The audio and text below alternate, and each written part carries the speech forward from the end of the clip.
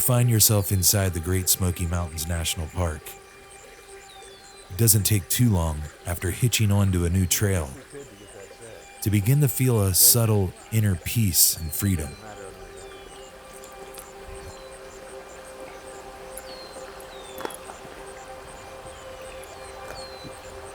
The sounds of nature, the rushing waters, and even the crunch of your footsteps all begin to ease your burdens and take you further and further away from the rigors of daily routine found back home. A very peaceful sound along the trail. There's a gentle reminder here that there's so much more outside our front doors to be sought out and discovered.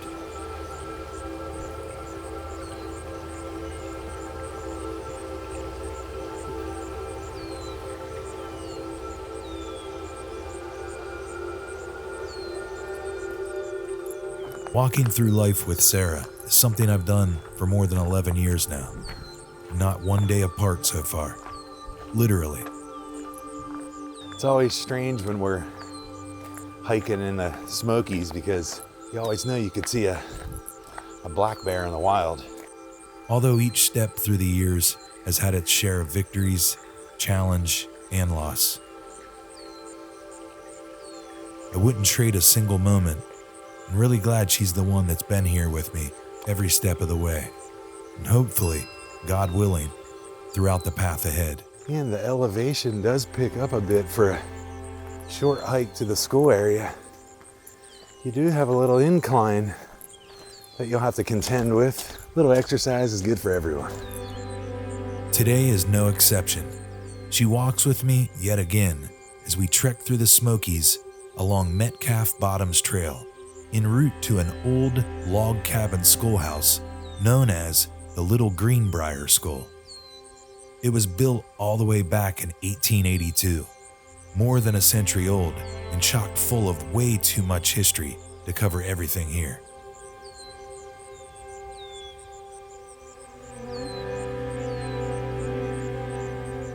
Pretty peaceful up here, isn't it? Yeah, very.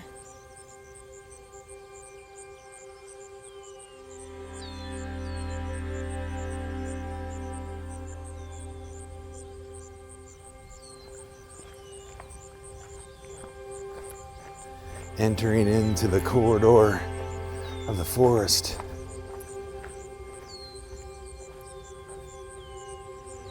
We had decided today we just wanted to take a short hike, a little less than a mile in together, to discover this historical schoolhouse that still stands where it did back then. Then later, we'd head back and have a picnic lunch by the river.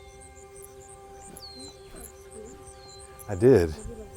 Sounds of the forest all around us. And a little residue from the overnight storm.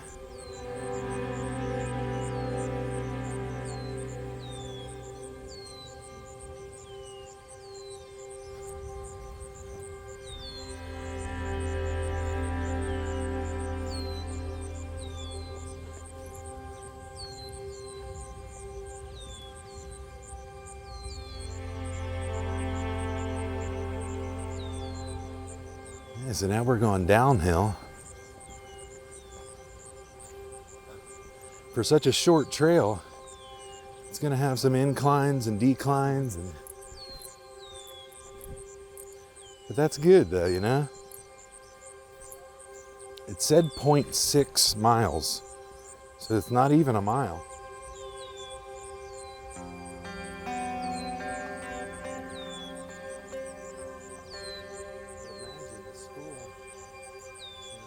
As we marched over the rooted pathways, I couldn't help but thinking about the days of old, and that this very trail was probably traveled by many of the old settlers of the Great Smokies, families that used these trails to head in and out of the areas they frequented each day.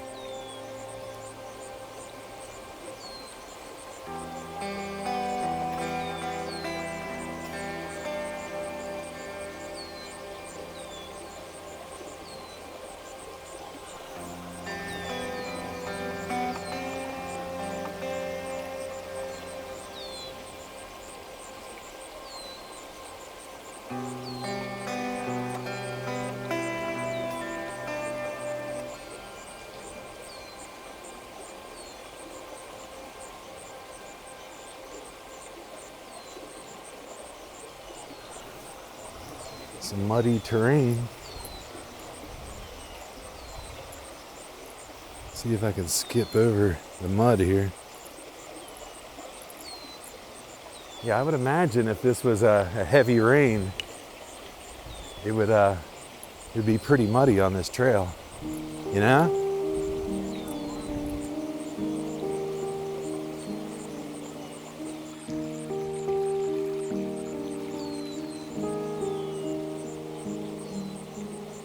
I enjoyed learning about some of the history here, like some of the well-known families that first settled here in what was once known simply as Greenbrier, before later adding Little to the name and becoming Little Greenbrier, which lies tucked along the southwestern side of Cove Mountain in the Smokies. Metcalf Bottoms earned its name from the Metcalf family, who lived here during the Civil War era, well before becoming a part of the national parks. Their family, and the history of others, is well sprinkled all throughout the mountainous terrain of the area. Yeah, so far, almost the entire trail has had the creek bed running right next to it. So you hear that sound the entire time, which is really peaceful.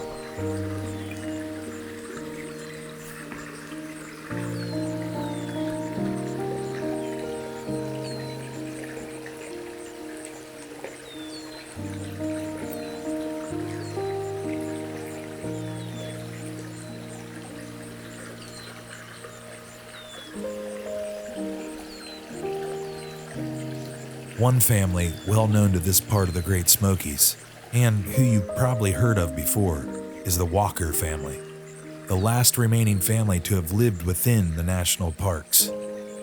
They actually refused to sell their mountain acreage and lived in a cabin found about a mile or so from the schoolhouse we're headed to today. They lived there all the way until the final Walker sister passed away in 1964. A remarkable story that I plan to tell soon. Love a good mountain overpass. It's nice to see the water going underneath them. Just nice and peaceful and relaxing. Let you know you're in the Great Smokies too. Watch your step. Be careful.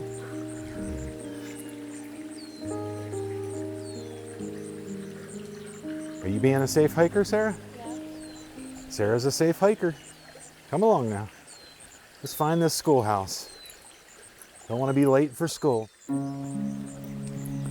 Although we wouldn't be hiking further in to see the Walker cabin for this story, we were looking forward to exploring the old log schoolhouse that the Walker family and many other students of families throughout the Little River Valley community of that time period would attend. There it is over there. Some enduring more than a 9-mile daily journey each day to attend school.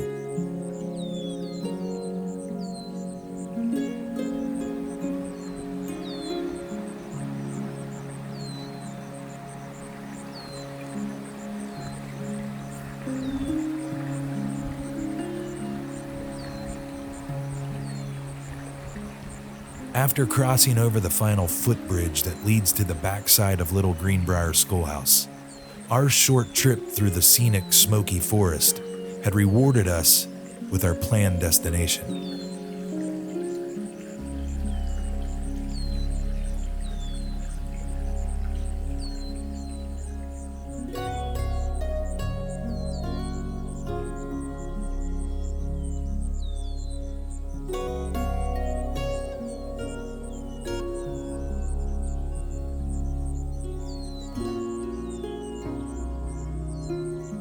Let's go in and take a look.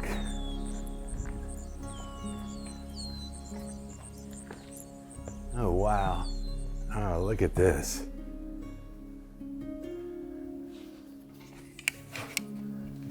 Wow. That is that the original chalkboard? It kind of looks like it. Wow.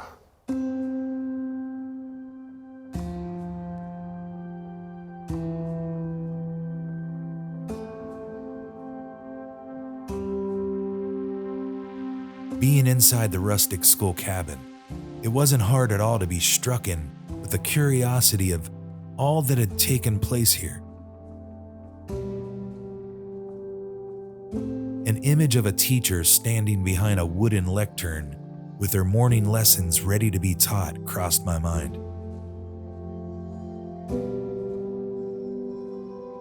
I envisioned the pupils of the mountains arriving early with lunch pail in hand, ready to learn something new.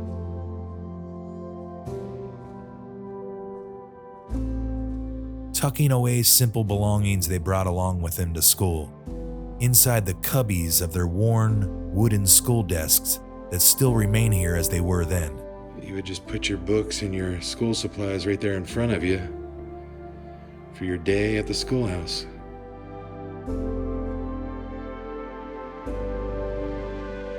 It's neat to think a student attending here more than likely sat inside this log schoolhouse and gazed outside this window, daydreaming during class, thinking about getting out there and enjoying their day outside, doing whatever it was that youth did back then, blanketed in raw nature, in the heart of the Smokies.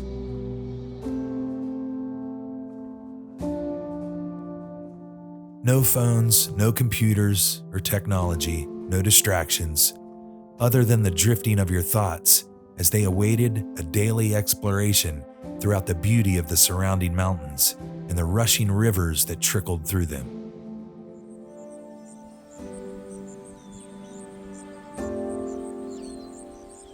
There is a picture of, I believe, some of the Walker sisters intermixed with some of the students of Greenbrier School.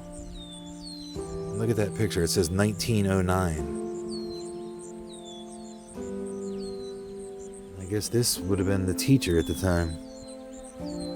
But sometimes it would serve as a Sunday school, and they believe this was a group of people that met probably on a Sunday, because for years the school building, it says, was also used as a church. But from my research online, I'm almost certain these three right here are Walker sisters. In the early days of the national parks, with a lot of the old cabins that resided throughout the park, was the safety of the cabins and the people who were now visiting the parks. They, a lot of times they were concerned for their safety because these old cabins were actually built on just a rock foundation. So they would just stack a series of flat rocks and a couple bigger rocks, kind of like this right here. So you can see that's the foundation. So clear underneath, but just stacked rocks holding up the cabin. It's the handiwork of John Walker, Mr. Ogle, and some other people in the mountain community.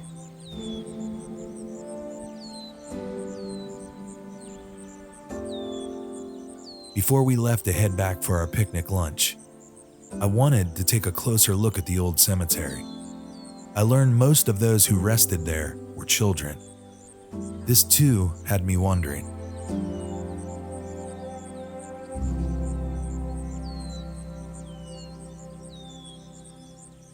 All right, time to head back to have a picnic. Back to the Metcalf Bottoms picnic area. Over the rooted terrain.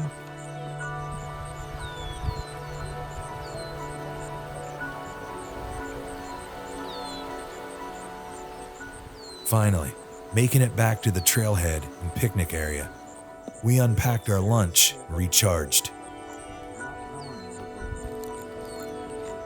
How are you, Duncan? Well, what she's really in the mood for is sweet as fish, decadent Rocky Road chocolate chip cookies.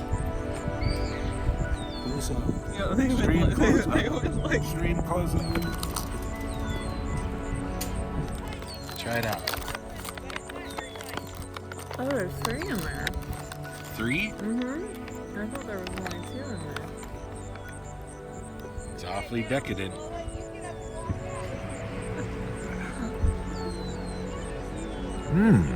We'll save the Swedish fish for later. Before we headed out, I wanted to get a final glimpse of the river before ending our time at Metcalf Bottoms. A few serene moments alone with the sounds of a flowing waterway helped to reset my perspective and allowed me to think about the road ahead.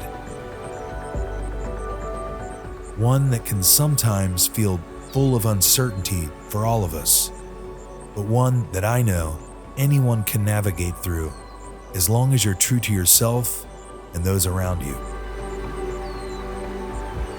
I'm truly thankful for the time we got to spend here today, and really glad we can keep this memory and many more to come alive, stashed and sealed away for ourselves and others to relive again.